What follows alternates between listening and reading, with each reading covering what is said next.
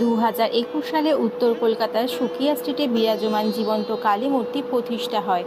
এখানে মা শ্যামসুন্দরী নামে পরিচিতা। 5 বছরের বালিকা রূপে মা এখানে পূজিতা, তাই ভক্তরা ভালোবেসে তাকে চকলেট ও লজেন্স দিয়ে থাকেন। এখানে কখনো অম্বাবুচি পালন করা হয় না, বলিরও কোনো রীতি নেই। ভক্তদের বিশ্বাস, মা কখনো কাউকে খালি হাতে ফিরিয়ে দেন না। ভক্তের কাতর প্রার্থনায় সাড়া দেন তিনি, পূর্ণ করেন মনোবাঞ্ছা।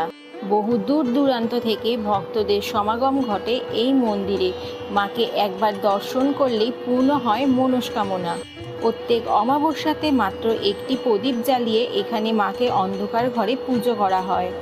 অমাবস্যার রাতের অন্ধকারে প্রায় প্রত্যেক ভক্তই মায়ের উপস্থিতি টের পেয়ে থাকেন। মায়ের মন্দিরের পাশাপাশি রয়েছে বাবার মন্দির, আর এই মন্দিরের প্রত্যেক ভক্তদের জন্য মায়ের আদেশে দুবেলা বিনামূল্যে প্রসাদ দান করা হয়ে থাকে। এবার আমার সাথে সবাই মিলে বলো